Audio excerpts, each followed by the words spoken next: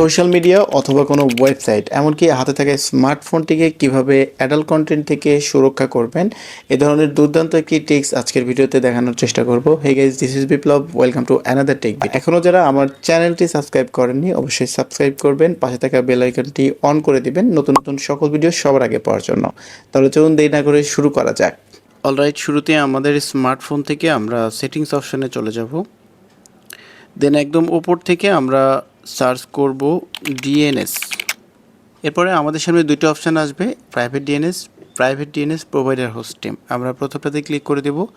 দেন এখান থেকে দেখতে পাচ্ছেন private DNS can't connect. So আমরা এখানে অ্যারো চিহ্নতে ক্লিক করব। দেন আমাদের প্রাইভেট ডিএনএসটা অফ ছিল, তো আমরা এখান থেকে জাস্ট কাস্টম করব, যেহেতু আমরা অ্যাডাল্ট কন্টেন্টগুলো অফ করতে চাই। সো আমরা কাস্টম নেমে যাব। দেন এখান থেকে আমাদের কিবোর্ডটা অন করে নিব, ব্যাক প্রেস করব।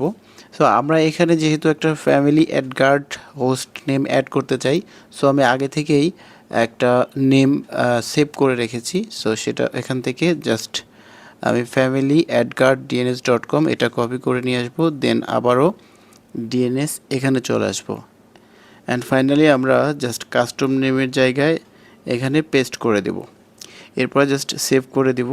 সেভ করে দেওয়ার সাথে সাথে কিন্তু আপনার প্রাইভেট ডিএনএস অপশানটি অ্যাক্টিভেট হয়ে গিয়েছে। এখন থেকে আপনার ফোনে কোনো ধরনের অ্যাডাল্ট কন্টেন্ট আসবে না। দেখা হচ্ছে নতুন কোনো ভিডিওতে, ততক্ষণ পর্যন্ত ভালো থাকুন, keep safe, until I am back.